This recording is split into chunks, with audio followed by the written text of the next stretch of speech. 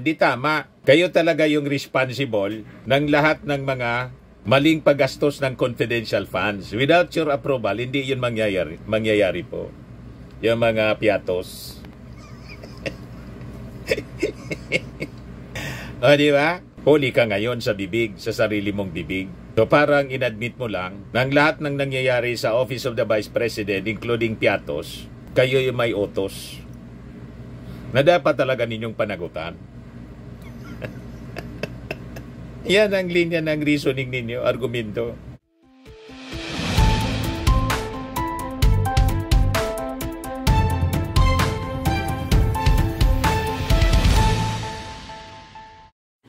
Hello po mga kababayan, si Dante Maravillas, Bicolano vlogger, broadcast journalist from Albay. So pag-usapan natin yung pagbisita ng ating Pangulong Bongbong Marcos sa Amerika.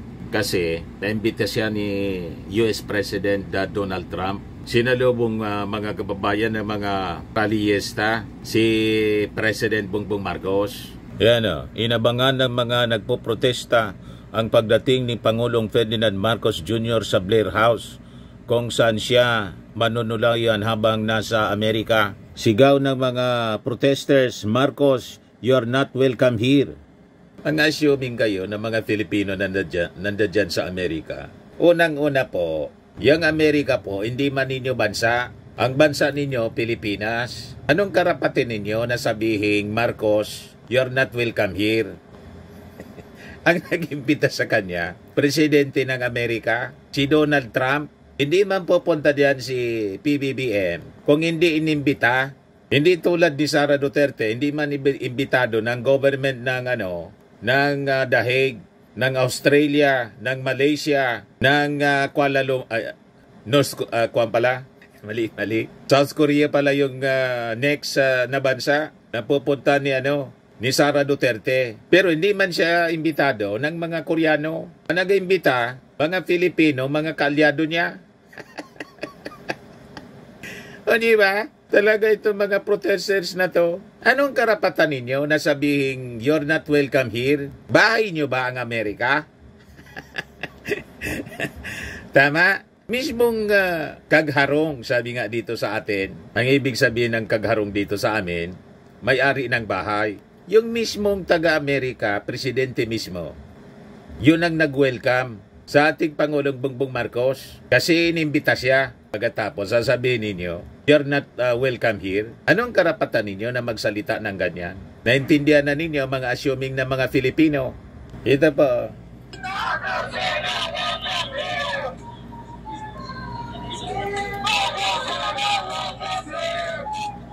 Marcos, you are not welcome here. Bakit daw na dismayado ang ilang mga nakausap nating protesters kung bakit hindi nababanggit sa mga press release o sa mga press conferences ng DFA at maging ng Pangulo kung ano ang balak niya sa tinatawag nilang immigration crisis umano o yung mga pagde-deport ng libo-libong Pilipino mula dito sa Amerika pauwi sa ating bansa. Hindi lamang ng mga Pilipino, ngunit maging ng mga ibang immigrants na walang walang kaukulan na dokumento para manatili dito sa Estados Unidos. Inaasahan na parating na si Pangulong Ferdinand Marcos Jr. ngayon dito sa Blair House kung saan siya manunuluyan at magko-convene siya ng isang briefing kasama ang kanyang mga miyembro ng gabinete bago sila dumiretso sa Pentagon bukas ng umaga para sa isang meeting kasama si US Defense Secretary Pete Hegseth at gayon din si Secretary of State Marco Rubio. So yan po yung report ng ABS-CBN. Yung dating mga grupo po, Bayan USA, mga militant po na anti-Marcos, anti-USA. Pero nandyan sila sa Amerika, Bayan USA.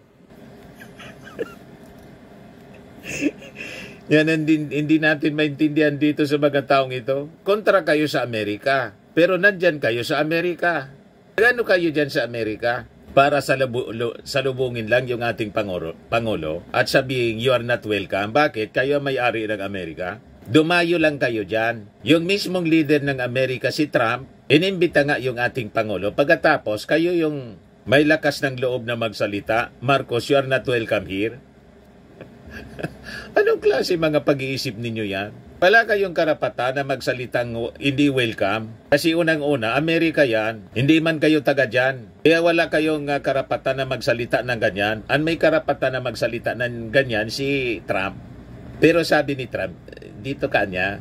Bumisito ka niya dito sa amin. Welcome ka rito. And in fact, mga kababayan, yung ating Pangulo, doon mismo, pinatuloy mga kababayan sa Presidential Guest House. Sa Blair House, mga kababayan. So welcome na welcome yung ating Pangulo. Kita ninyo ang poging-poging Pangulo natin, oh. Paano hindi welcome sa Amerika? So, sabi dyan, President Ferdinand Marcos Jr. arrived in Washington, D.C. on Monday morning, Manila time, to negotiate a possible reduction in U.S. tariff rates imposed on Philippine goods. Marcos will meet with U.S. President Donald Trump during his 3-day visit, marking the first time an ASEAN leader has met with Trump since his comeback in the White House. Sabi ng ating Pangulo sa kanyang departure speech, may top priority niya is to push for greater economic engagement, lalo na through trade in investment between the Philippines and America. I intend to convey to President Trump and his cabinet officials that the Philippines is ready to negotiate a bilateral trade deal that will ensure strong, mutually beneficial, and future-oriented collaborations that only the United States and the Philippines will be able to take advantage of. So aside from the economic issues, Marcos and Trump are also expected to discuss ways to enhance defense cooperation in maritime security, as well as efforts to maintain regional stability amid evolving geopolitical challenges. So unang kakausapin ng ating Pangulo, si U.S. Secretary of State Marco Rubio and si U.S. Defense Secretary Pete Hegseth ngayong araw na to. Welcome siya ng mga officials ng Amerika. Pagkatapos yung mga kapwa natin Pilipino na wala mang karapatan na magsalita ng "You're not welcome here." Yun pa yung may lakas ng loob na magsigaw-sigaw dyan sa Amerika. Na ano kayo? Maya-iya kayo sa kulay ninyo? Buwelo kayo rito na magsalita sa Pilipinas? Hanggang dyan ba naman sa Amerika? Yung mga kalukuhan ninyo, dala-dala pa ninyo dyan, tasyubing kayo na magsigaw-sigaw, hindi welcome yung ating Pangulo. Kayo nga, na mga anti-US, anti-Marcos, welcome dyan. Diba? Kasi kung hindi kayo dyan welcome, diniport na sana kayo rito. Welcome kayo din dyan. Kahit hindi kayo inimbita. Bigla na lang kasi yung sumugo dyan para magsigaw-sigaw. Ano nangyayari sa inyo? Anyway, demokrasya eh. Kaya inayaan sila mga kababayan na magsigaw-sigaw. Pero kailangang ipaliwanag natin dito na wala silang karapatan na magsabi ng ating Pangulo hindi welcome kasi hindi man sila taga dyan. Tama ba? At ang ating Pangulo, welcome na welcome kasi inimbita mismo ng Presidente ng Amerika, ni Trump. So yung ating Pangulo patuloy na nagtatrabaho para sa kaayusan at progress ng ating bansa. Habang si Sara Duterte patuloy ng paninira sa ating Pangulo. Sinabi ni Sara Duterte, yung ating Pangulo daw, kunwari mabait. Yan sabi niya, mga kababayan doon sa harap ng ICC sa Dahig, kunwari mabait. Sara Duterte accuses Marcos of faking kindness, colluding with ICC on Rodi arrest. Yung tatay niya mismo nagsabi na si PBBM, mabait na tao. Di ba niya pinaniniwalaan yung tatay niya mismo? Gusto ninyo marinig? O ito si Digong. Makipag-away kay Marcos. Ayaw daw niya makipag-away. Let me state this again and again and again. Si Marcos, mapait na tao. Alam mo, makilala mo si Marcos, hindi makapatay ng langaw. Hindi makapatay ng langaw? Totoo yan. Hindi siguro kaya. Sinungaling ba yan? Yung mag-irit ang ulag.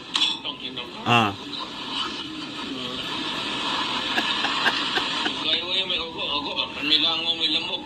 Hindi makapatay ng langaw. May lamok. Sabi ni Digong mismo, tatay niya. Yung ideas ba na lumalabas? Asawa niya, pinsan niya. Sila lang ito. Kaya napakasinungaling ni Sara Duterte. Pati yung kanyang tatay, hindi pinaniniwalaan. Mismong si Digong nagsabi, napakabait ni PBBM. Hindi makapatay ng lamok o langaw yan. Tapos sasabihin ni Sara, kunwari mabait.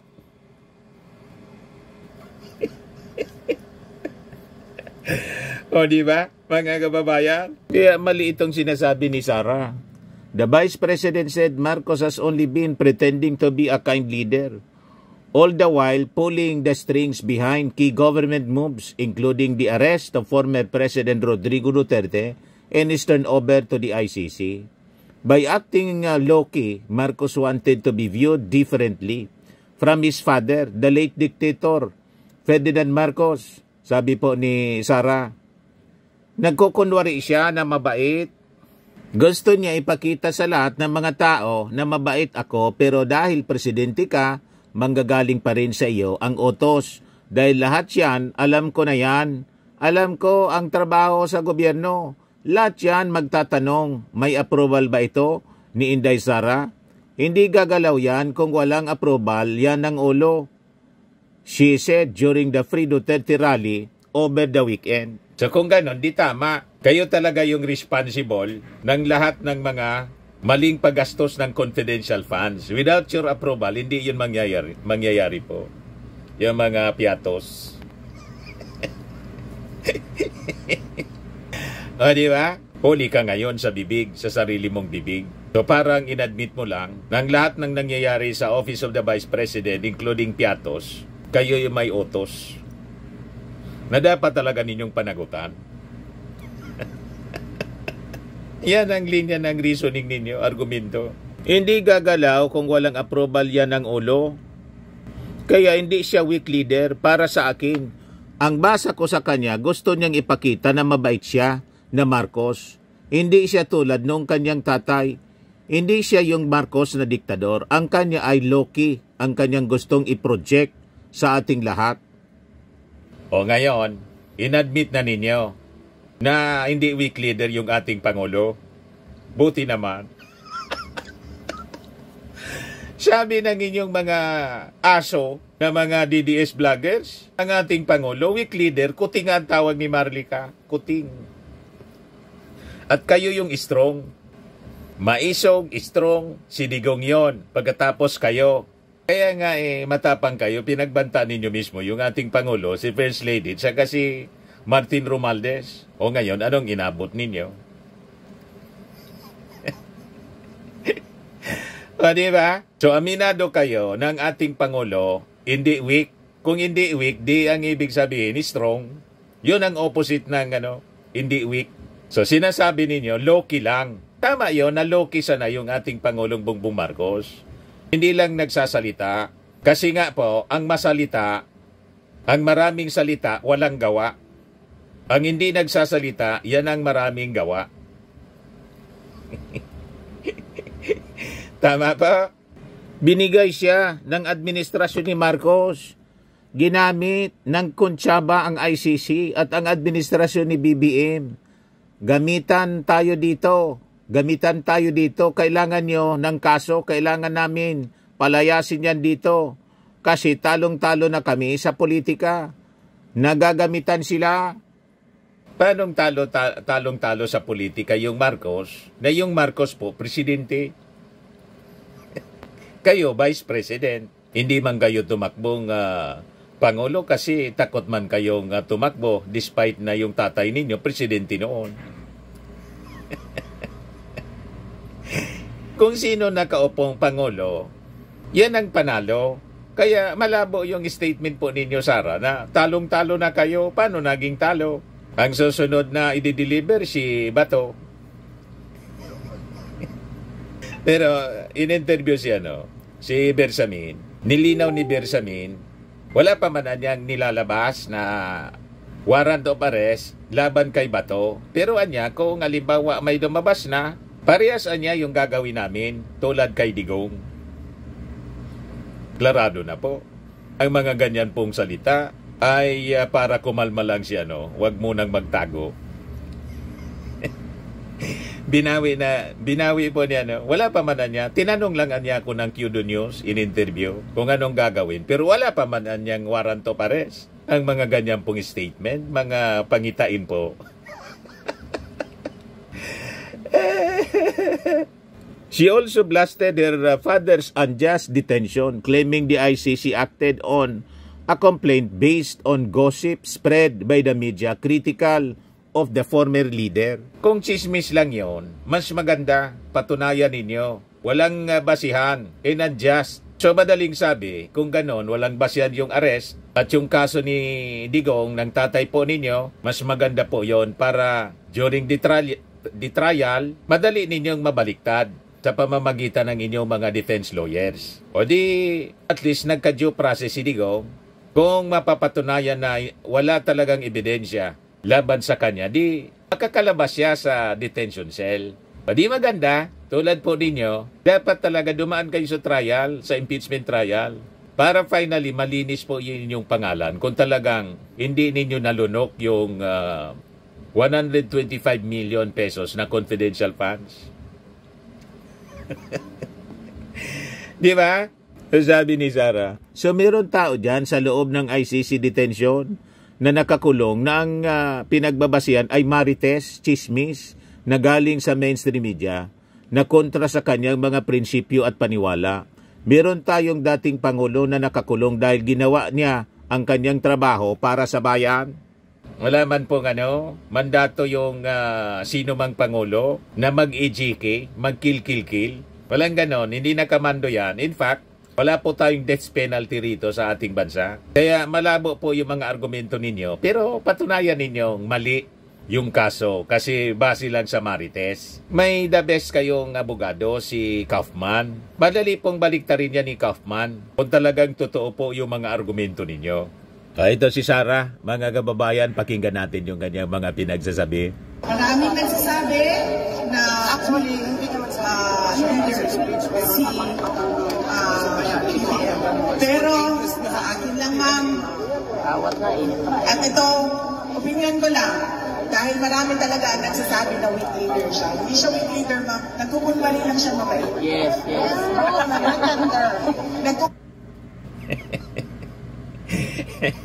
Nagising na kayo ngayon.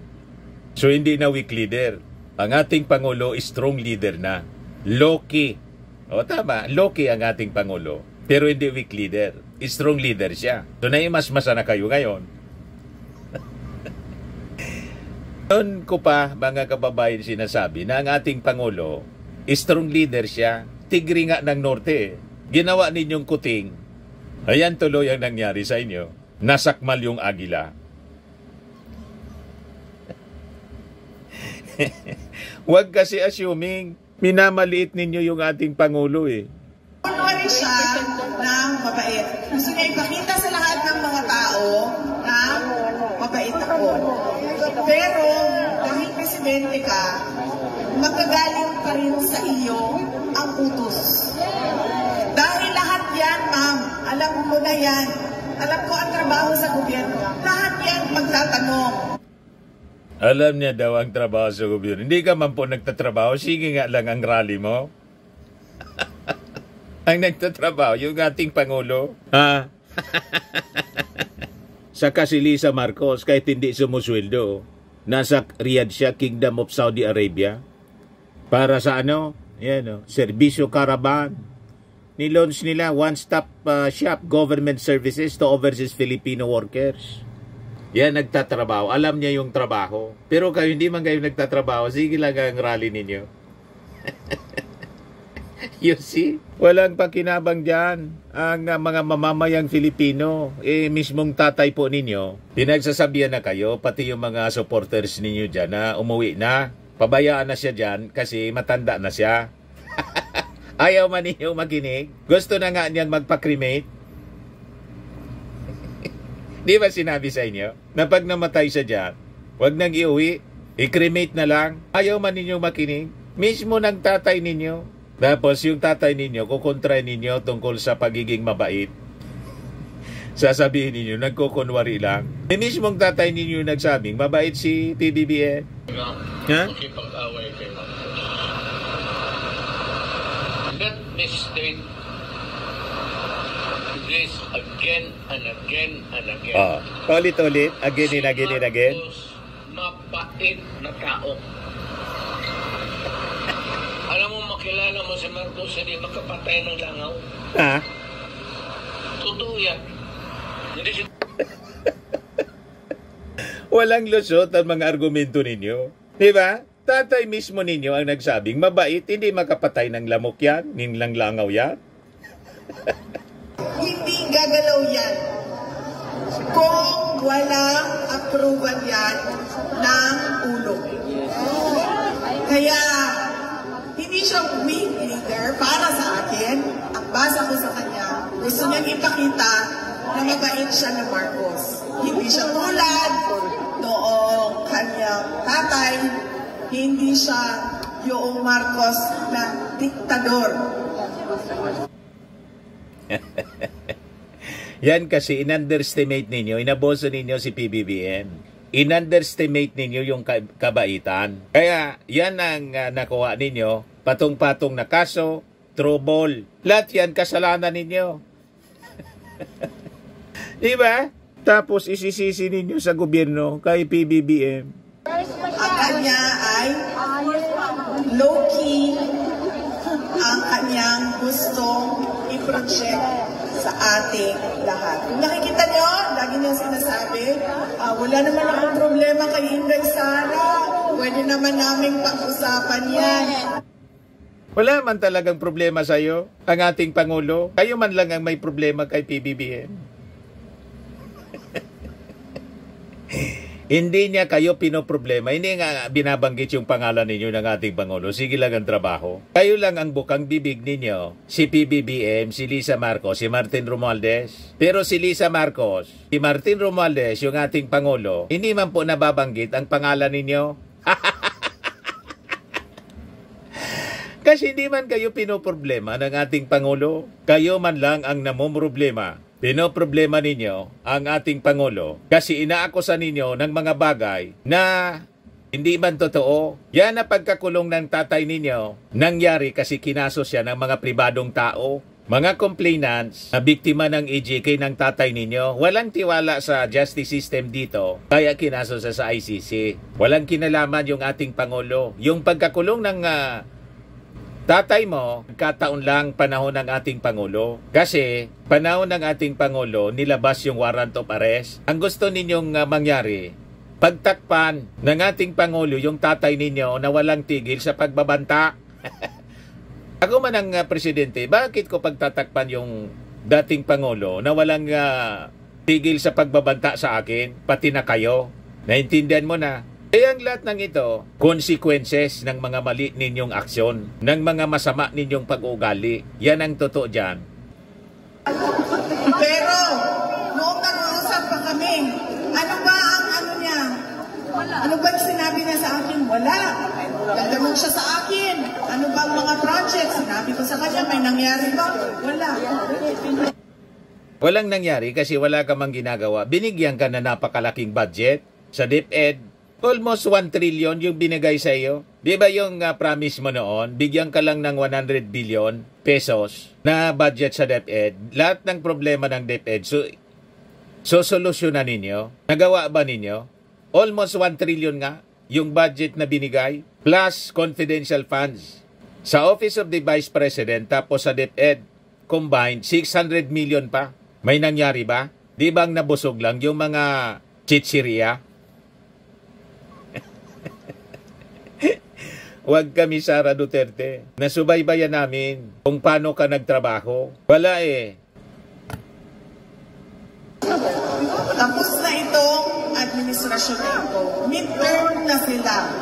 3 taon na ang lumipas, pero wala pa rin tayong nakita. Walang nakita? Paano may makita ka? Hindi ka man nakikinig. Ayaw mong manood ng Suna. Dumalo. Lagi kang nasa ibang bansa.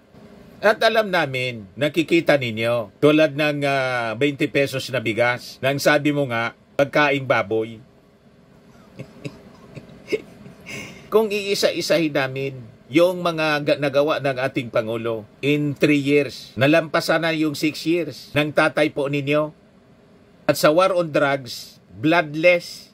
So siguro wala kang nakitang namamatay sa war on drugs. Pero bumaba yung krimen at dumami, bilyon-bilyon. Hindi nga mga lahati yung mga arrest, seizures ng mga illegal drugs ng tatay ninyo in 6 years time, sa 3 years ng ating Pangulong Bongbong Marcos. Iyang-iya naman kami sa iyo, Sara Duterte. Napakaraming nagawa ng ating Pangulo. Pagkatapos sasabihin ninyo, walang nagawa. Kayo ang walang nagawa. Kung baga may nagawa kayo, lahat lang masasama, masamang gawain. Kulang na ang 3 taon para sila ay gumawa ng big ticket projects o malalaking development projects para sa ikauunlad ng bansa. Dahil gaano ba katagal gumawa ng project? 9 years. 6 years lang ang termino ng presidente. Kaya kinakailangan ang continuity. Dahil kailangan mo isunod, ituloy yung ginawa no nauna.